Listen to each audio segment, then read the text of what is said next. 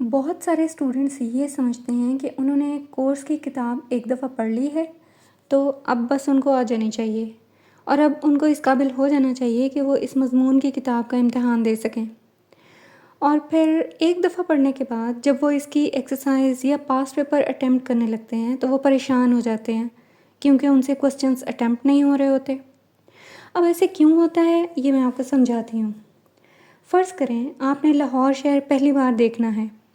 आप लाहौर जाते हैं, वहाँ पर 3 से 4 दिन रहते हैं, अपनी इटिनरी बनाते हैं जिसके मुताबिक आप यानी उसके अकॉर्डिंग आप लाहौर शहर की मशहूर जगहों को विज़िट करना शुरू कर देते हैं। फॉर एग्ज़ाम्पल एक दिन आप हिस्टोरिकल प्लेसेस विज़िट करते हैं, अगले दिन आप पार्क्स में जाते हैं, फिर आप शॉपिंग मॉल्स देखते हैं और इन तीनों चारों दिनों में आपने जब जब खाना खाना होता है तो आप लाहौर के रेस्टोरेंट्स ट्राई करते हैं। इसके बाद आप चिड़ियाघर, सफारी पार्क और अंदरून शहर को भी विज़िट करते हैं।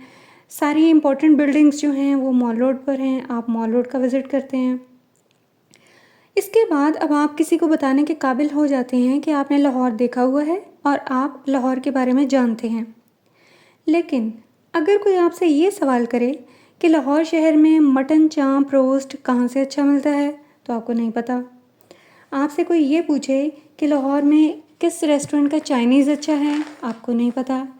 आपसे कोई ये पूछे कि पर्दों की सिलाई के लिए यानी कर्टन्स के लिए कर्टन क्लॉथ कहाँ से अच्छा मिलता है, आपको नहीं पता। आपसे कोई पूछे कि लाहौर का सबसे अच्छा ऑर्थोपेडिक सर्जन कौन सा है, आपको नहीं पता। तो मतलब लाहौर शहर को देखकर और ये समझकर कि अब आपको लाहौर शहर का पता है, आप लाहौर के बारे में पूछे जाने वाले सवालों का जवाब नहीं दे सकते। इसका मतलब ये है कि अभी आपने लाहौर शहर को अच्छी तरह जाना ही नहीं। You don't know completely about Lahore और आपको जो लग रहा था कि अब आपने लाहौर शहर का विज़िट कर लिया है और अब आप उसके बारे में जानते हैं, तो ये ऐसा नहीं है। अब ऐसा क्यों नहीं है, अब इसके लिए मैं आपको एक एग्ज़ाम्पल से समझाती हूँ। For example you have a friend, आपका कोई फ्रेंड है उस और उसकी नानी लाहौर में रहती हैं और आपका वो जो फ्रेंड है वो हर साल छुट्टियों में लाहौर जाता है, गर्मियों की छुट्टियों में, सर्दियों की छुट्टियों में और इसके अलावा भी जब भी कोई छुट्टियाँ हों, जब भी मौका मिले। और वो हर चक्कर में मॉल्स घूमता है, क्लब्स ज्वाइन कर लेता है, जिम चला जाता है, पार्क्स में जाता है, रेस्टोरेंट्स विज़िट करता है। इसके अलावा घर में खाला और मामू में से जिसने भी बाहर किसी काम से जाना होता है वो उनके साथ जाता है।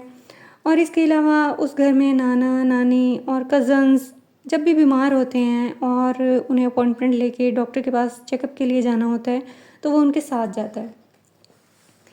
तो अब उसको लाहौर के रास्तों का भी पता है, लाहौर की बिल्डिंग्स का भी पता है, रूट्स का भी पता है और इसके अलावा भी काफ़ी बातों का पता है।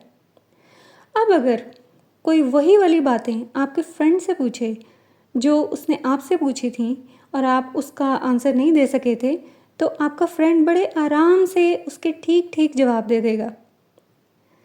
तो बुक रीडिंग भी इसी तरह है।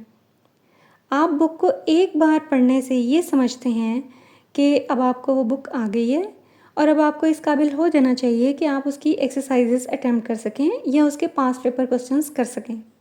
ऐसा नहीं होता। The more you read the more you explore and in every visit you will find something knew that was overlooked before.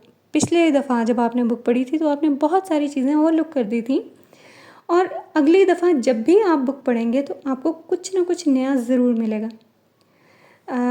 अब इसकी मैं आपको मिसाल इस तरह भी दे सकती हूँ कि बुक की बार बार रीडिंग की इफ़ेक्टिवनेस का अंदाज़ा आप इस बात से भी लगा सकते हैं कि कुरान पाक की जब आप सूरह इखलास को 3 दफ़ा पढ़ते हैं तो आपको पूरे कुरान पाक की तिलावत का सवाब मिलता है।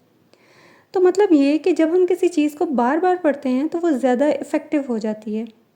उम्मीद है आपको मेरा पॉइंट समझ में आ गया होगा और अगली वीडियो में हम कोई और पॉइंट डिस्कस करेंगे।